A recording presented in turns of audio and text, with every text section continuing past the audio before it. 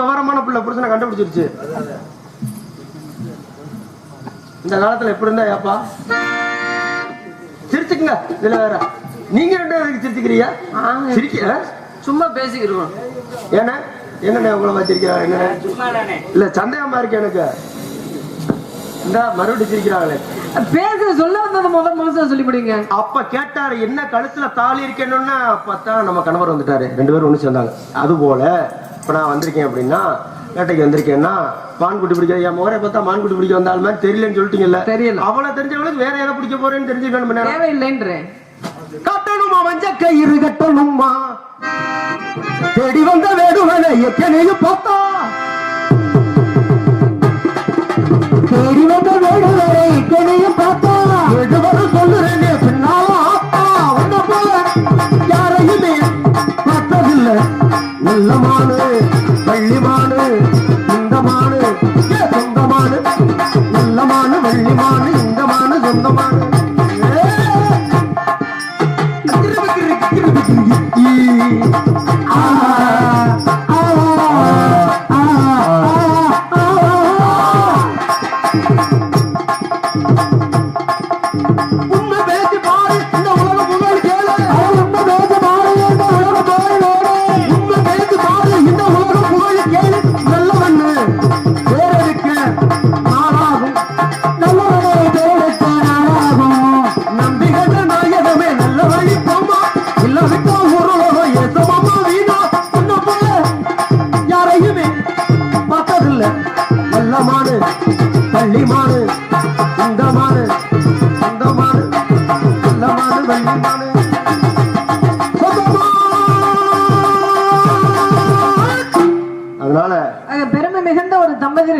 பேசிருக்கிறீங்க உண்மையான விஷயம் தான். என்ன அப்படின்னா கணவன் மனைவிக்குள்ள ஒரு ஒற்றுமை வேணும் இல்லையா, ஒரு புரிதலாகப்பட்டது வேணும். அது கணவன் மனைவிக்கு மட்டும்தானா அப்படின்னு பார்த்தா கிடையாது. நட்புக்கும் அது ரொம்ப தேவைப்படும்.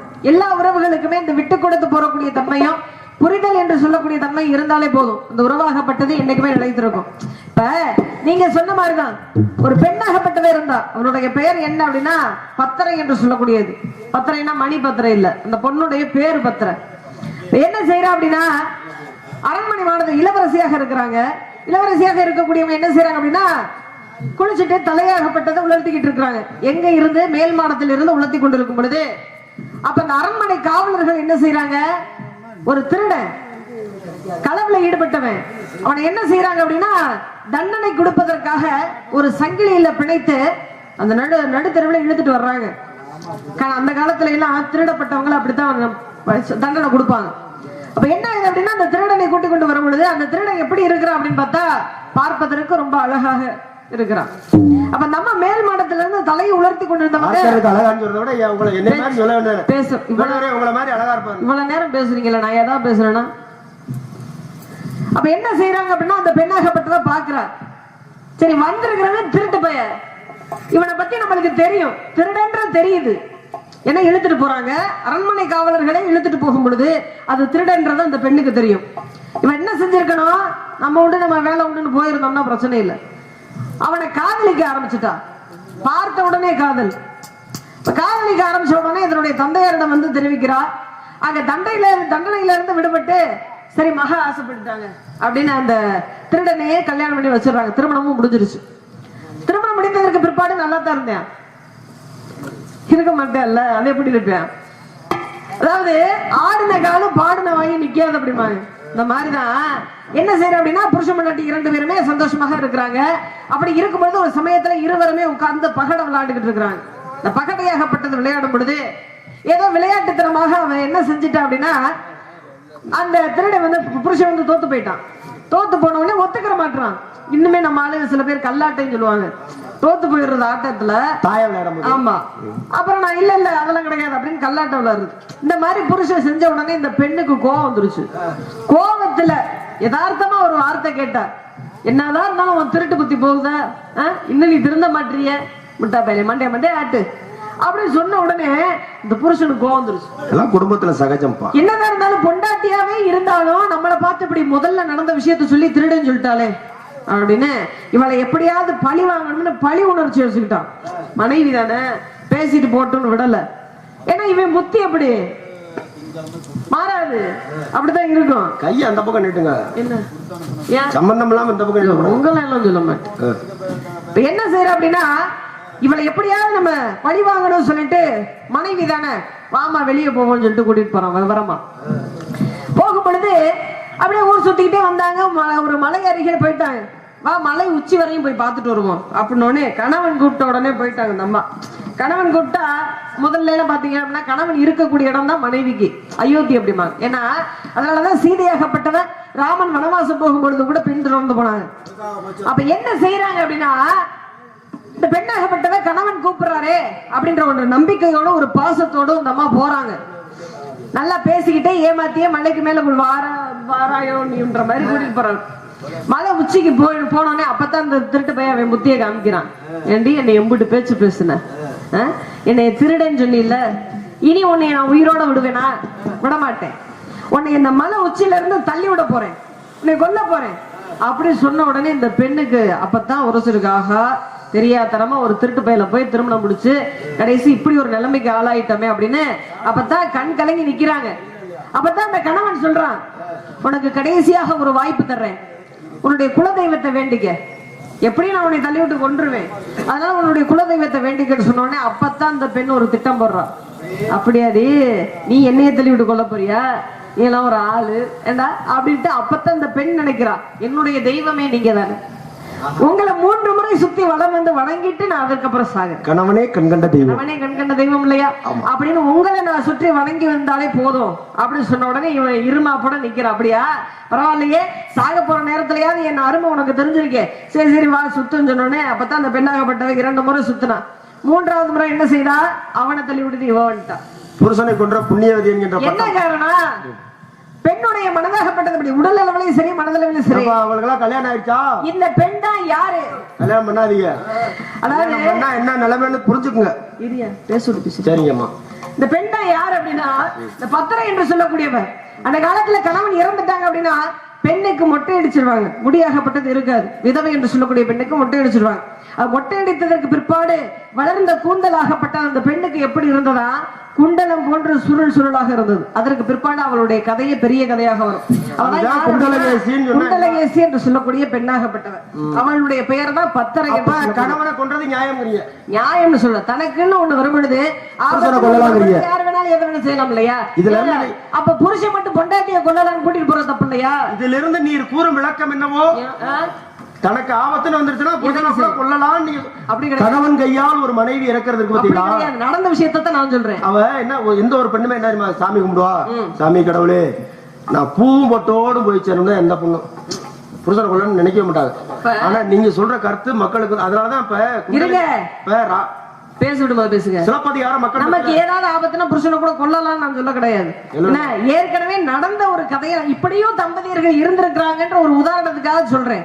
நீங்க வாட்டுக்கு இப்படி சொல்லிட்டீங்கன்னா அவர் வாட்டுக்கு உடல் பொருளாவியை கடனுக்கு விற்பது உலகம் அறியாத புதுமை.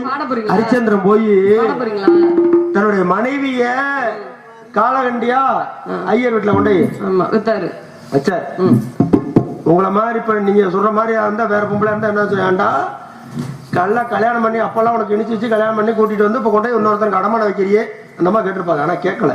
இப்ப நீங்க சொல்றீங்க அந்த அம்மா இப்படி சுத்தி வந்து புருஷனை கொண்டு பிடிச்சுன்னு சொல்லி, அப்ப நீங்க தவறான ஒரு திசையை மக்களுக்கு காட்டினீங்கன்னா இப்ப இருக்கிற பொம்பளை பிள்ளைலாம் ஏற்கனவே வரும்பொழுதே வீட்டுல இருந்தே கத்தியை கொண்டு தான் வருதுங்க. மேற்கொண்டு இப்படி வேற கிளை போட்டீங்கன்னா ஆகா நமக்கு ஒரு சிக்கல்னா அந்த அக்கா சொல்லிச்சு, யாரு வள்ளியக்கா, ஒண்ணும் முடியலன்னா திருப்பதி பக்கம் இல்லாட்டி பழனி பக்கம் இனிமேல் யாரும் கல்யாணம் புரிஞ்சுக்கக்கூடிய விதத்துலதான் இருக்கு. நான் நடந்த கதையை தான் சொல்றேன். கோயிலுக்கு கூட்டி போக மச்சான்னு சொல்லிச்சுன்னா மலை பிரதேசத்துக்கு கூட்டி போகாதீங்க. தேடி வந்த உண்மையாவே மண்டான விஷயம் யாரும் சின்ன பிள்ளைல காணும். தேடி வந்தது உண்மைக்குமானா வந்திருந்தா இல்லைகின்றேனா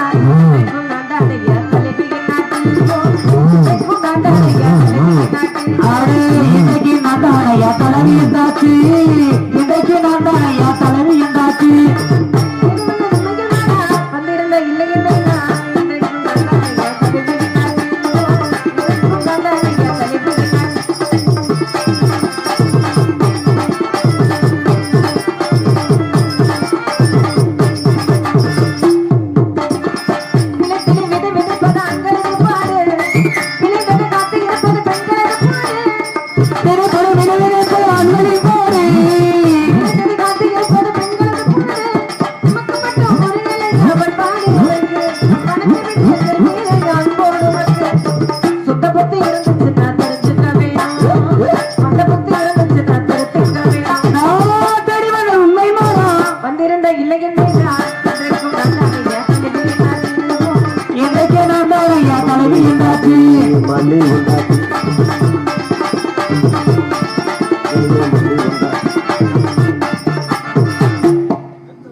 என்ன முனைக்கிட்டே மணி பொண்டாட்டின்னு இது என்ன ஒம்பா இருக்கு ஏப்பா. அடுத்தவர் பொருளுக்கு நாம் ஆசை வைப்போமா, இருப்பது இல்லை இல்லை என்று எடுத்து வைப்போமா, அடுத்தவர் பொருளுக்கு நாம் ஆசை வைப்போமா, இருப்பது இல்லை இல்லை என்று எடுத்து வைப்போமா, ஓடவிட்டு நான் குடிக்க பெண்ணாக நான் நினைத்து ஓடியதை பெண்ணாக மனம் மறந்துவிட்டு இல்லை வேணாம், மற்றபடியாக சென்று தொண்டைகள் வேணாம்.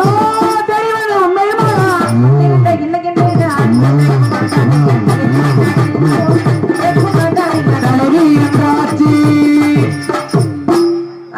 வேட்டையாடக்கூடிய வந்தவங்க எல்லாருமே இன்னல்களையும் துன்பத்திற்கும் தான் ஆளாயிருக்கிறாங்க.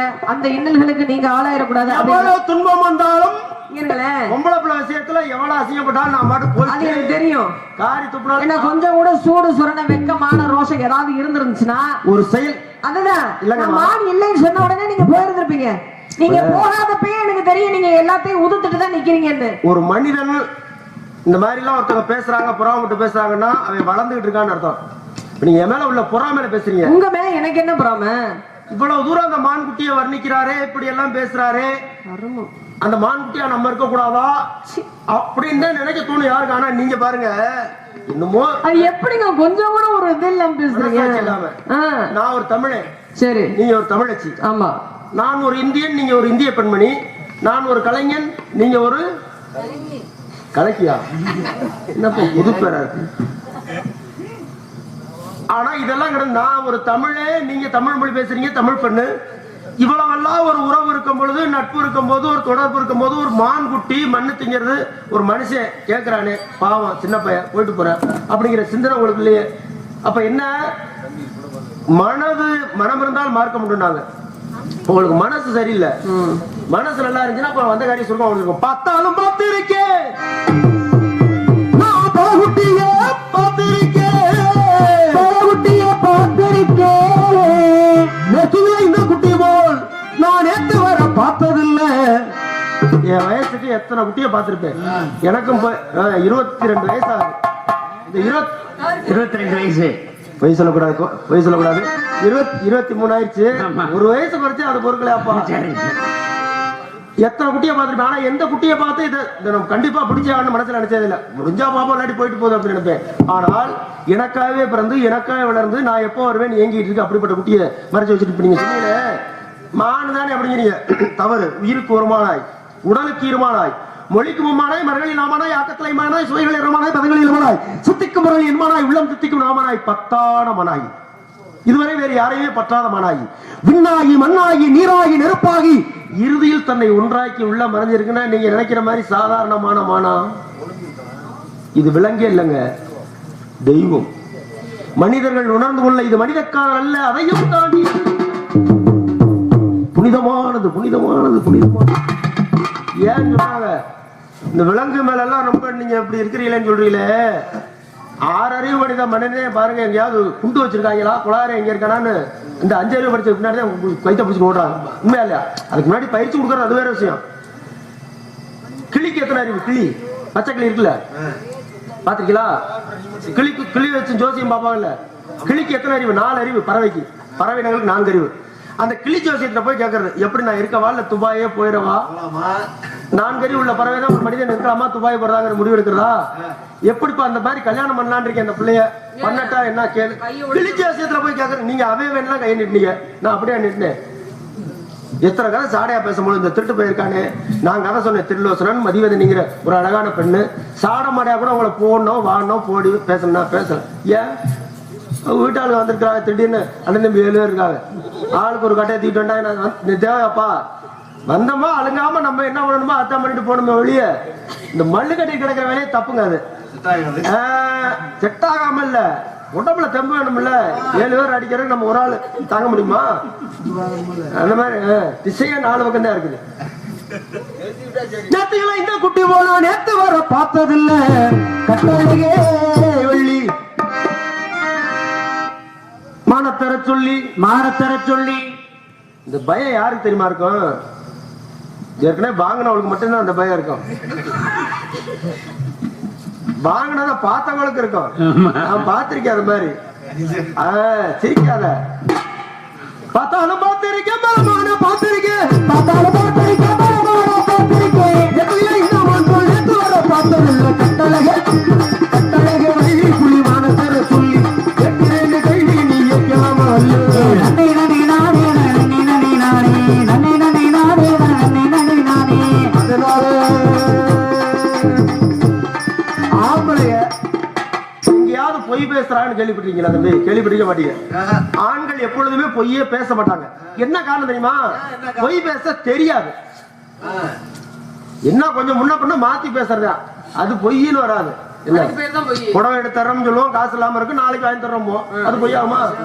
கண்ணை வேண்டினும் ஏகுவேன், காய்ச்சல் மண்ணை வேண்டினும் ஆகுடன் ஏகுவேன், பொன்னை வேண்டினும் ஏகுவேன்.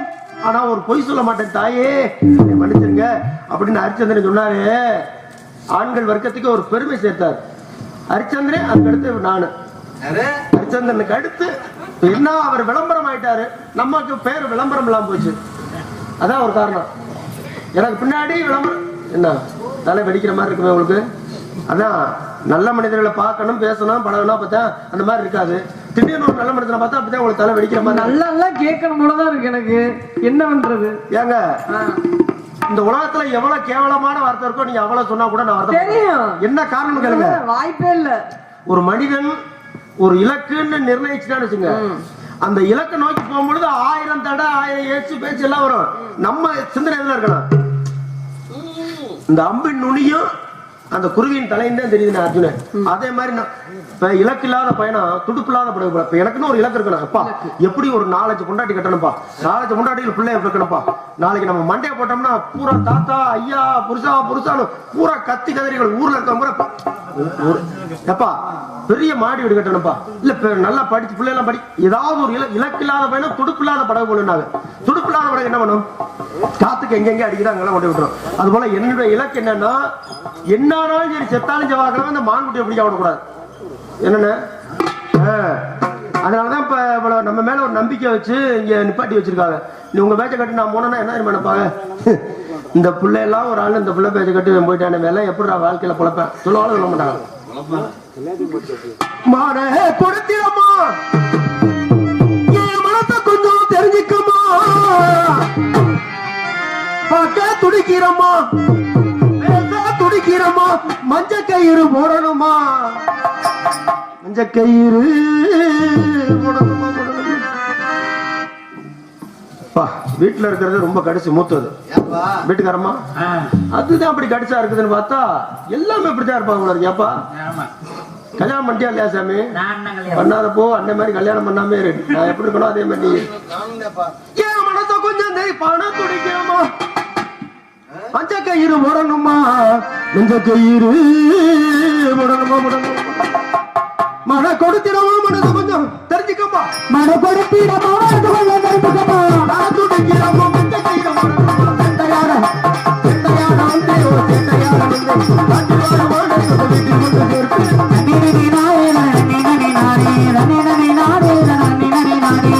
அதனால நீங்க எங்க இருக்க மொடா வடா போட்டாக்கன்னா எது வேணாலும் பேசுங்க, அதெல்லாம் தாங்குற சக்தி இருக்கு எனக்கு. ஆனா மான்குட்டி இல்லைன்னு சொல்லாரு. ஏன்னா ரொம்ப இலகுன மனசுங்க. பொசுக்குன்னு ஏதாவது நாய் போயிருச்சுன்னா இந்த பழிமுறை உங்க மேல வந்துடும். அப்படியே நெஞ்சு அடைச்சிரும். அப்படியே ஆனாலும் எனக்கு சந்தோஷம் தான். உங்களை சரியா உங்களை பத்தி அக்கறை பிறகு நான் யாரு, நீங்க யாரு முதல் எனக்கு சொல்லாதீங்க. முன்னப்பட தெரியாத ஆள்கிட்ட இவ்வளவு தூரம் பேசுறது பெரிய விஷயம். அது ஜாதி அபிமான சன்னியாசிக்கு உண்டு இருக்காங்க. ஜாதியை பத்தி பேச அந்த ஒரு காரணத்துக்காக வேண்டவே வேண்டாம். அந்த உலகத்துல ரொம்ப கொடியது, அதை பத்தி பேசவே பேசாதீங்க. அந்த வார்த்தை உச்சரிக்காதீங்க. யாருனால வேண்டுதலுக்கு போட்டு ஜாதி 2 வழியை வெறிலை சாற்றுங்கள் நீதி வேணுவா நெறிமுறையில இட்டா எதுவுமே புரியாதா உங்களுக்கு? எனக்கு புரியுது, நீங்க புரியாம நடிக்கிறீங்களே. யாரு நானே? என்ன சும்மா இருங்க. அதாவது மான பார்த்து ஆசைப்பட்டது தப்பு இல்ல, ஆனா பாக்குற இடம் கூட உங்களுக்கு மான பத்தின நினைப்பாவே. ஆமாங்க, எதை பார்த்தாலும் அதை பார்த்த மாதிரி கிறுக்கு பிடிச்சு போச்சு. நினைப்பு தான் பொழப்ப. ஏராதமாயம் இல்ல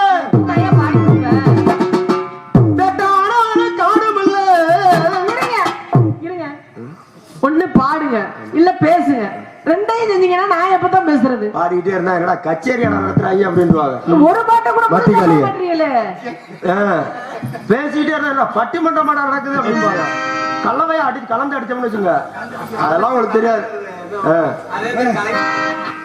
ஆடாத காடும் இல்ல, ஆடாத காடும் இல்லை. கலை ஏதாவது கலவைக்கு ஏற்பாடு பண்ணுப்பா. தீராதோ இந்த தொல்ல, தீராத இந்த தொல்லை, மகிமா கேளாதோ இந்த சொல்ல, காயாத கனகத்தே, ஏறாத மலையும் இல்ல, ஆடாத காடும் இல்ல, ஏறாத மலையும் இல்லை, ஆடாத காடும் இல்லை, ஏறாத மலையும் இல்ல. உங்க சரி போனா போய் தொலையுது, போய் பாரு உள்ள மாட்டு அப்படி கூட சொல்ல மாட்டீங்களா? அப்படியெல்லாம் சொல்ல முடியாது. என்ன உங்களுக்கு நஷ்டமா போய் சொல்லுங்க. வேணான்றேன். என்ன ஏங்குறேன்? என்ன உங்களை போய் ஏன் இடத்துல பார்க்க சொல்றது? வேணாங்கிறேன். நான் தான் சொல்றேன்ல, ஏங்குறேன். எங்க அண்ணன் சொன்னாரு, நீங்க ஏத்துக்கல. என்னுடைய தோழி சொன்னா ஏத்துக்கல. தலைவி என்ற முறையில என்னை சந்திக்க நினைச்சீங்க. அண்ணனை கூட சொல்லுங்க, தோழியை பத்தி தயவு செய்து ஞாபகப்படுத்தாது. அப்ப திரும்ப கூப்பிடவா? வேணாம்ல, மரியாதையா ஓடி போயிருங்க அந்த இடத்துல. பெண்ணாசையே இல்லாம நான் அப்புறம் அர்ஜுன மாதிரி வடக்கே கிளம்பிடுவேன், காசி ராமேஸ்வரம். வேற ஒண்ணும் கிடையாது. அதாவது உங்கள்ட்ட என்னத்த பேசுறதுன்னே தெரியலையே. ரொம்ப பேசுங்க, நான் கூச்சப்பட மாட்டேன். கூடல பேசாதீங்க தயவு செஞ்சு. ஏன்னா நீங்க ஒரு பாட்டையே அரை மணி நேரமா பாடிட்டு இருக்கீங்க. ஒரு பாட்டை பல பாட்டை பாடிட்டு இருக்கு. என் மனதை கொள்ளை கொண்ட அதெல்லாம் இருக்கு. இன்னும் நம்ம பாடல, நானும் அறிஞ்சமானு அது இருக்கு. எப்பதான் பேசுவேன்? எப்பதான் பேசுவேன்? என்ன இருக்க முத வாங்க நீங்க, அப்புறம் எப்ப ஆகுறீங்க? அப்புறம் தெரியுதுல்ல, தெரியுதுல்ல, இருக்க எப்ப கழுத மரியாதை குறைஞ்சிட்டே தான் இருக்கும். மரியாதை தேவை அப்படின்னா எல்லாம் குடும்பத்துல சகஜம். வேற குடும்பமா? என்ன குடும்பம்? கலை குடும்பம். மரியாதை உங்களுக்கு கலை குடும்பம் இல்லையா? என்ன தம்பி கலை குடும்பம் சொல்றது இல்லையா? என்னமோ ஒரு மருத்துவர் இருந்தாருங்க, ஒரு அரண்மனையில் இருந்தாரு. யாரு? நான் மன்னர் இருந்தாரு.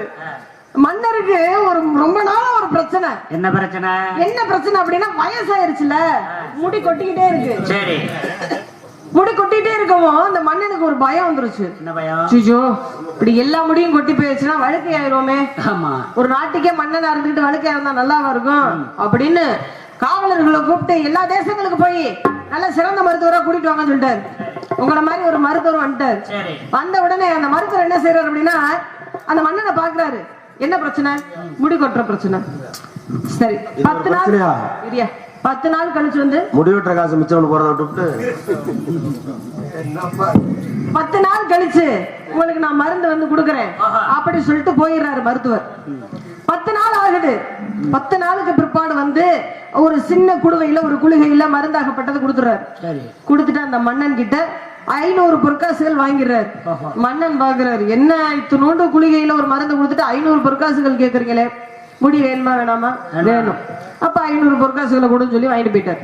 அப்படி வாங்கிட்டு போறதுக்கு முன்பாக ஒரு விஷயம் முக்கியமாக சொல்றாரு மன்னனை பார்த்து. மன்னா, உங்களுக்கு முடியெல்லாம் வளர்ந்துரும். இந்த எண்ணெயை தேய்ச்சிங்க அப்படின்னா முடி கொட்டாது, சுத்தமா கொட்டாது, முடி நன்றாக வளரும். ஆனா ஒரே ஒரு நிபந்தனை. என்ன நிபந்தனை தெரியுமா? எக்காரணத்தை கொண்டும் இந்த மருந்தாகப்பட்டதை தேய்க்கும் பொழுது தயவு செய்து குரங்க மட்டும் நினைச்சிடாதீங்கன்றாரு. மன்னருக்கு ஒரே குழப்பம். மருந்து எங்க இருக்கு, குரங்கு எங்க இருக்கு? நான் எதுக்கே குரங்க போய் சம்பந்தமே இல்லாம நினைக்க போறேன்? அதெல்லாம் நினைக்க மாட்டேன்றாரு. சரி, ஆனா அதையும் மீறி நீங்க மருந்து தேய்க்கிறப்ப குரங்க நினைச்சிட்டீங்கன்னா முடி கொட்டுறது நிக்காது, அதுக்கு நான் பொறுப்பு இல்லைன்ட்டு போயிட்டாரு. சரி, நீங்க என்ன செய்யறோம்? மன்னர் இந்த குளிகையை வச்சிடறாரு. சரி, காலையிலயும் இரவு நேரத்துலயும் நான் தேய்க்கணும். காலையில விடியுது. சரி, எண்ணெயை போய் தேய்க்கலாம் அப்படின்னு அந்த மருந்தாகப்பட்டதை எடுத்து தேய்க்கலான்னு போய் அந்த குடுவையை தொட்ட உடனே இந்த குரங்கு ஞாபகம் வந்துருச்சு. எந்த குரங்கு? இந்த எந்த குரங்கு நினைக்க கூடாதுன்னு ஞாபகம் வந்துருச்சு. ஐயோ, குரங்கு நினைப்பு வந்தா மருந்து தேய்க்க கூடாது அப்படின்னு மருந்தை வச்சுட்டு போயிட்டாரு. திருப்பி இரவு நேரம் வருது. சரி, இரவு நேரத்துல அந்த எண்ணெயை தேய்ப்போம்னு சொல்லி மறுபடியும் வந்து அந்த மருந்து குடுவையில கையெல்லாம் வச்சாரு. இந்த குரங்கு ஞாபகம் வந்துருச்சு. ஐயோ, குரங்கு ஞாபகம். இப்படியே வருஷம் பூரா வர அந்த மருந்து பாட்டில தொட உடனே குரங்கு ஞாபகம் வர இவர் போக அந்த மருந்து கடைசி வரையும் தீரவே இல்லை, அப்படியே இருந்தது. ஏன் அப்படின்னா இதைத்தான் சொல்லுவாங்க, மனம் ஒரு குரங்கு அப்படின்னு. எதை நினைக்க கூடாதுன்றமோ அதைத்தான் நினைப்போம் இல்லையா? அப்பேற்பட்ட முறையில உங்க மனமும் அப்படித்தான் குரங்கு மாதிரி அங்கங்க அலைஞ்சுக்கிட்டே இருக்கு. கட்டுப்பாட்டுல வைங்க. குரங்குன்னு சொல்லி பெரும்பாலும் ஆண்களை சொல்ல மாட்டாங்க. கிளி மாதிரி கொண்டாட்டி இருந்தாலும் தொடர்ச்சி என்ன சொல்லுங்க? குரங்கு குரங்கு மாதிரி ஒப்பாட்டின்னு தான் சொல்லுவாங்களே ஒழிய சரி ஆண்களை குரங்குன்னு சொல்லவே மாட்டாங்க. நீங்க என்ன மாத்திரிய கதைய இந்த குரங்கு என்ன கை காட்டல? ஏன் குரங்குல ஆணை கிடையாது? நான் கேக்குறேன், ஆண் குரங்கு ஆணினம் கிடையாதா? இருக்குல்ல.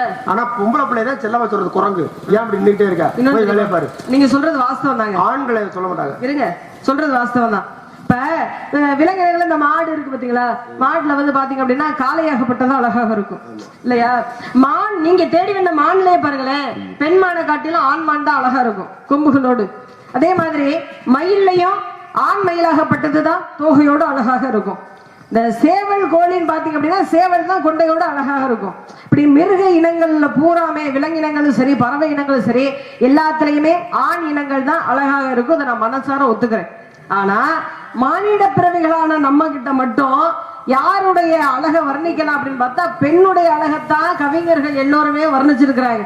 எந்த ஒரு ஆணையும் இன்ன வரையும் யாரும் வர்ணிச்சதா எனக்கு தெரிஞ்சு கிடையாது. மன்மத மாதிரி இருக்காரியா சொன்னால மன்மதனும் ரதியும் ரதியும் மன்மதன் சொல்ல முடியாது. மன்மதனும் ரதியும் போல நீங்களா சொல்லிக்கிறதா? மன்மத மாதிரி இருக்காரு ஆளு அப்படின்னு நீங்களா சொல்லிக்கிறது. பெண்ணை எப்படி சொல்லுவாங்க? கவிஞர் வர்ணிச்சிருக்காங்க சொல்லுங்க பார்ப்போம். பெண்ணோட தன்மை மாறிடும், ஆணோட தன்மை அப்படி இல்ல. எப்படி? முத கல்யாணம் பண்ணும் போதும் பொது மாப்பிள்ள, ரெண்டாவது ஏப்பா மாப்பிள்ளை அழிச்சிட்டாங்க, மூணாவது கல்யாணம் பண்ணாலும் மாப்பிள்ளை அழிச்சிட்டாங்க. நீங்க என்ன வந்ததுல இருந்து 4 கல்யாணம் 3 கல்யாணம் இருக்கிறீங்க? அப்படியாவது சொல்லியாவது நடக்கட்டும். திருமணம்னா ஒருவனுக்கு ஒருத்தியாக வாழ்ந்து விட்டு போக வேண்டியதானே? அதுல என்னமா புண்ணியம் இருக்கு? நம்ம இருக்கோம்னா ஒரு 4 பிள்ளைகளுக்கு வாழ்க்கை கொடுத்தோம்னு பெருமையா இருக்கணும். இப்ப ஒரு மனுஷன் செத்து சொர்க்கத்துக்கு போனோம்னா நேரடியா சொர்க்கத்துக்கு போனா என்ன தெரியுமா பண்ணணும்? 2 கல்யாணம் பண்ணணும் தம்பி. இந்த விவரம் தெரிஞ்சவங்க மட்டும்தான் அதை பண்ணுவாங்க. என்ன காரணம்னு கேளுங்க. ஒவ்வொரு ஆன்மாவும் மேல போகும்பொழுது யமதர்மன் வந்து நீதி விசாரணை பண்ணுவாரு. சரி, சித்திரவதை கேட்பாரு, இந்த ஆன்மா என்ன தப்பு பண்ணுச்சு? பெத்த தாயை தலைமுடியை பிடிச்சு அடிச்சாங்க, தாயின் தலைமுடி வெட்டி அடித்துட்ட சண்டாளன் கையை தரித்திடுங்கள், உடலை சக்கரத்தில் ஏற்றி சாறு சாராய் புள்ளிந்திடுங்கள். ஆத்தாடி, அம்மாவோட தலைமுடியை பிடிச்சி அடிச்சா என்ன ஆமா நிலைமை? ஆன்மாவே சக்கரத்துல அங்க ஏத்தி கொண்டு வாங்கலாம். அடுத்து ஒரு ஆன்மா கூட்டு வருவார். இது என்ன பண்ணுச்சு? இது கண்ணுக்குட்டிக்கு பாலே விடாம கண்ணுக்குட்டி பொட்ட மாலத்துல கறந்து கட்டுக்கு பாலை விடாமல் கறந்தோனை கத்தியால் குத்தி கிழிது இப்படி சொல்லிட்டே வந்து ஒன்னா ஆன்மா சொல்லிட்டு இருக்கும் பொழுது தண்டனை கொடுத்துட்டே வருவார். அடுத்து ஒரு ஆன்மா, இது யாருங்க? இதாங்க செங்குட்டுவன். இந்த ஆள் என்ன பண்ணா? 2 கொண்டாட்டி கட்டினா.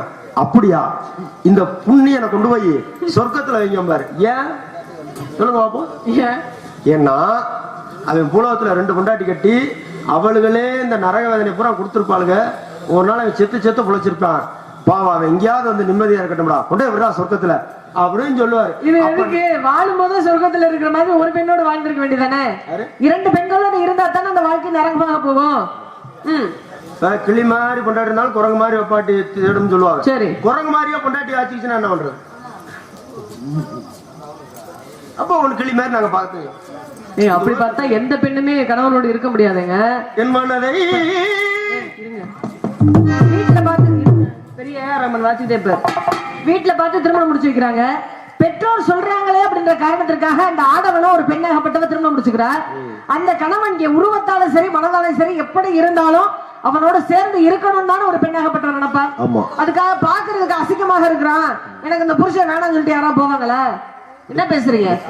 உருவத்தை பார்த்து இடைபடக்கூடாது இல்லையா? சொல்லி இருக்கிறாங்க பிரிவுகள்ல. அப்புறம் எப்படி இப்படி சொல்றீங்க? அது என்ன பொண்டாட்டி அசிங்கமாக இருந்தா அப்ப 2 கல்யாணம் பண்ணிக்கலாமா?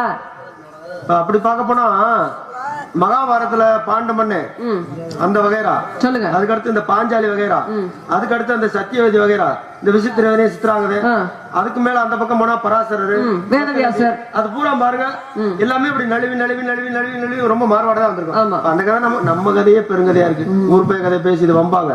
ஊர் பேய் கதையா? மகாபாரதம் அடுத்த கதை சரித்திரங்க. சரித்திரம் அவ்வளவு அதுதான் நல்ல கதையா இருந்தா பேசலாம். இப்படி பார்க்கல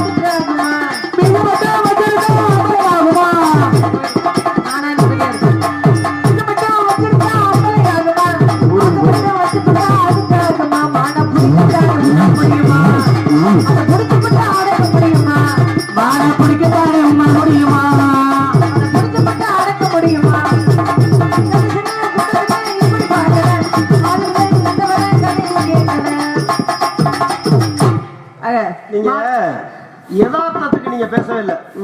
நான் எது பேசினாலும் அதுக்கு மறுத்து பேசணுங்கிற சிந்தனையோட நீங்க பேசுறீங்க. நான் பேசுறது நியாயமாவே இருந்தாலும் ஆனா அதுக்கு எதிர்வாதம் பண்ணணுங்கிறதுக்காகவே நீங்க நான் அப்படி இல்லை. நீங்க நியாயமான சொன்னீங்கன்னா நான் அதை ஒத்து வர்றேன். காரணம் என்ன சொல்லுங்க? என் காரியம் முழுகிற வரைக்கும் நான் ஒத்து போவேன் எல்லாரோடையும். அது தெரிஞ்ச விஷயம் தானே. அப்ப நீங்க சொல்லிதான் தெரியும் அவசியம். நியாயத்தின் பக்கம் நின்னு பேசுங்க. இவ்வளவு பேச்சு எவ்வளவு நேரம் பேசினாலும் அநியாயத்து பக்கம் நின்னு பேசினாலும் கடைசியா தோல்விதான்.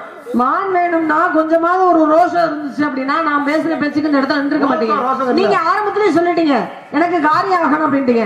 நீங்க என்னதான் தலைகள் அண்ணன் தண்ணி குடிச்சாலும் இந்த இடத்துல உங்க நீங்க நினைக்கிறது நடக்காது. ரோசம் எப்படி கருப்பா இருக்குமா பச்சையா இருக்குமா தெரியாது. அப்புறம் எப்படி நம்ம ஒரு உணர்வுங்க, கோபம், ஆக்ரோஷம், அது யாராட்ட ரோசப்படணும்? யாராட்ட? இந்த கோபம் ரோசம் எல்லாம் படுறதுனால நம்மளை எதிர்த்து பேசுறவங்கள்ட்ட ஐயா இருக்காருன்னா ஐயா மேல நான் கோவப்பட்டேன்னு வச்சுங்க, அது ஐயாவுக்கு எந்த இதுவுமே இல்ல. சரி, அவ்வளவு எனக்கு தான் வியாதி, எனக்கு தான் உடம்புக்கு ஆபத்து. இந்த கோபத்தினால என்ன ஆகும்? இருக்க இருக்க இருக்க இருக்க ரத்தம் ஒதுக்கி போடும். சரி, அப்ப போனா வைத்தியர் சொல்லுவாரு, என்னங்க பிரஷர் அதிகமா இருக்கு, மாத்திரை. அது ஒவ்வொன்னா கொண்டு வந்து விட்டுரும்.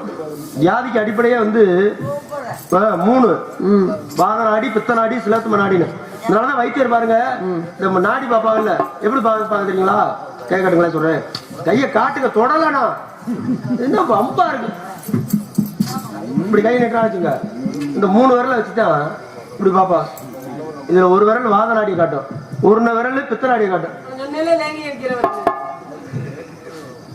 இல்லைங்க, அப்புறம் கொரோனா நேரத்துல என்ன புலம் போச்சு. ஆமா, மூலத்துக்கெல்லாம் நம்மகிட்ட நல்ல மருந்து இருக்கு. ஆமா, என்ன சொல்ல உங்கள்கிட்ட இந்த 3 நாடியை வச்சுட்டா நோய் நாடி, நோய் முதல் நாடி, அதுதனைக்கும் வாய் நாடி வாய்ப்பை செயல் வள்ளுவர் சொன்னாரு. இந்த உடம்புக்கு மருந்தே வேண்டாம்னு வள்ளுவர் சொன்னார். எப்ப? மருந்தனே வேண்டாம் யாக்கைக்கு, அருந்தியது அற்றது போற்றுங்கிறார். மருந்தனவே வேண்டாவாம் யாக்கைக்கு, அருந்தியது அற்றது போற்றுனின். செரிச்ச பின்னாடி சாப்பிடுங்க, மணியெல்லாம் பார்க்காதீங்க. காலையில 8 மணி ஆயிடுச்சு சாப்பிடணுமே கணக்கு போக கூடாது. 10 மணி பார்க்க கூடாது. எத்தனை மணிக்கு பசிக்குது காலையில சாப்பிடுங்க. சாப்பிட்டு 2 மணி நேரத்துல மறுபடியும் பசினாலும் உடனே சாப்பிடுங்க. பசிக்கலையா மத்தியானம் சாப்பிடணுமே கணக்கு சாப்பிடக்கூடாது. எப்பெல்லாம் பசிக்கிறப்ப மட்டும் சாப்பிடுறாங்களோ அவங்க உடம்புக்கு வைத்தியமே வேண்டாங்கிறார். யாரு சொல்லிருக்காங்க? அளவுக்கு மீறினால் அமிர்தமும் நஞ்சுன்னு இருக்காங்கல்ல. யார் சொல்றது? யாரு? திருவள்ளுவர் சொல்றாரு. எப்படி? பெரிய ஆராய்ச்சியாளர். இந்த உலகத்துல பூமி தான் சுத்துதுன்னு சொல்லும் போது எல்லாரும் கிரிக்கெட் சொல்லி விரட்டி அடிச்சாங்க. என்னடா போய் பூமி சுத்துதாடா? பூமி சுத்துச்சுன்னா இப்ப கிழக்க இருக்கிறது மேற்கல்ல இருக்கணும், கொஞ்ச நேரத்துல மேற்க இருக்கிறது கிழக்கல்ல இருக்கணும். கோயில் இருக்கு.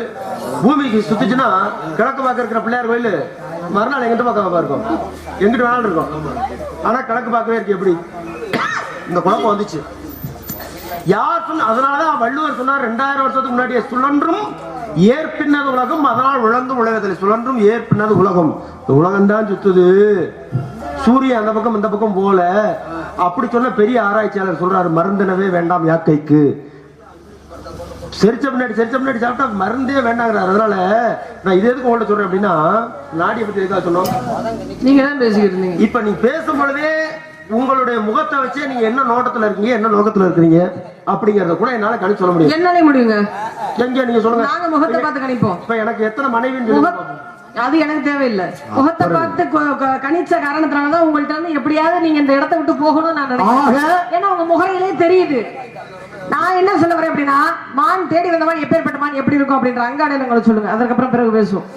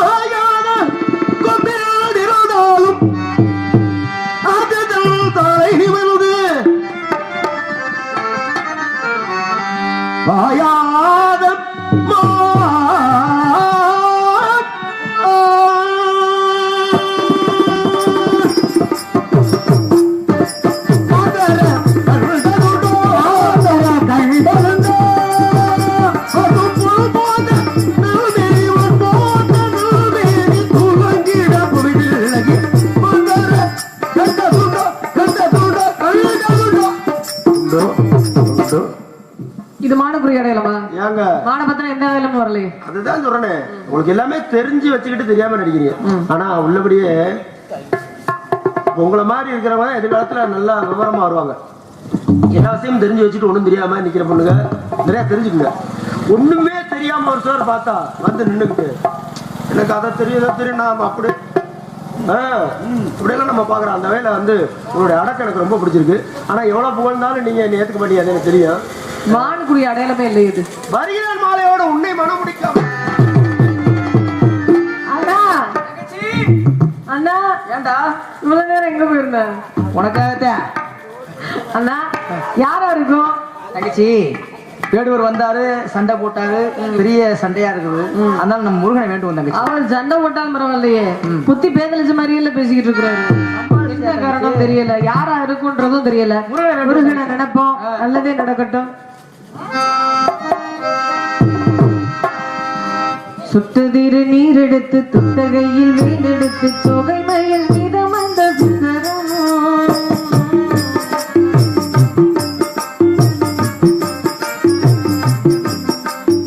சுட்டதிரு நீரெடுத்து துட்டகையில் வீடெடுத்து தொகை மயில் மீதம் அந்த சுந்தரமோ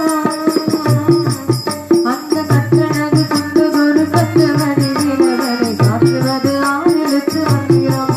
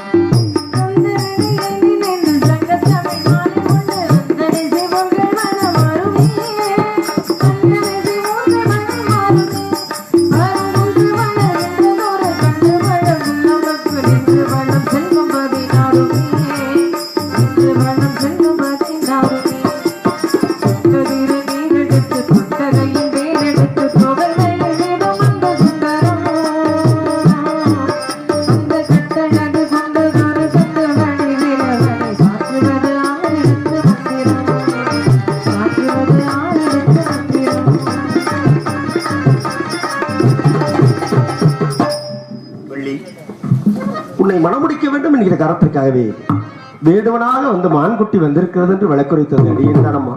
சுவாமி பிராணநாதா, எல்லாம் தங்களுடைய திருவிளையாடல் தானே? ஆமாம். எனக்கு ஒரே ஒரு வரம் வேண்டும். என்ன வரம் வேண்டும் கேள், தருகிறேன். இல்ல, 2 வரம் வேண்டும். என்னென்ன வரங்கள் வேண்டும்? முதல்ல, திருமணத்திற்கு பிற்பாடு நீங்க இந்த மாதிரி தொணத்தொன்னு பேசக்கூடாது.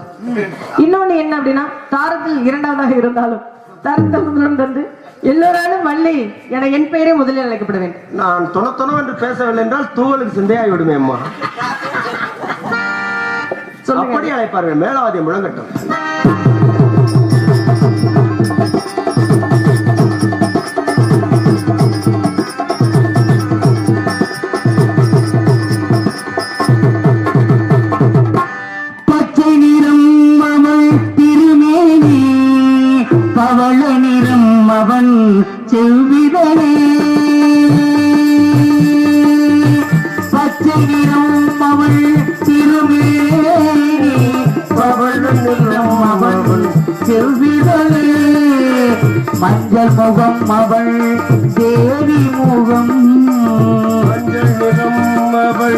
தேவி முகம் வெண்மை நிறம் அவன் திருவுள்ளம் மஞ்சள் நிறம் அவள் தேவி முகம் வெண்மை நிறம் அவள் திருவுள்ளம் மலர்களிலே பல நிறம் கண்டே திருமாலவன் கருணை முகம் கண்டே மலர்களிலே பல மனம் கண்டே திருமாலவன் கருணை முகம் கண்டே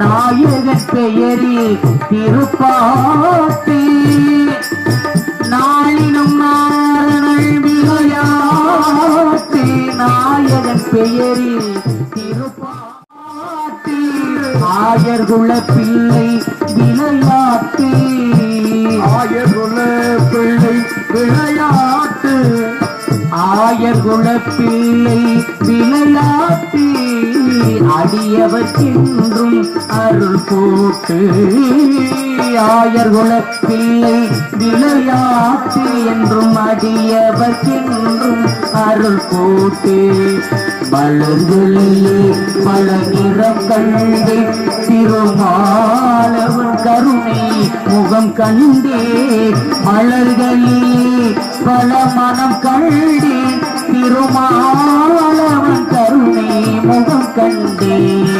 மலர்களிலே பல நிறம் கண்டே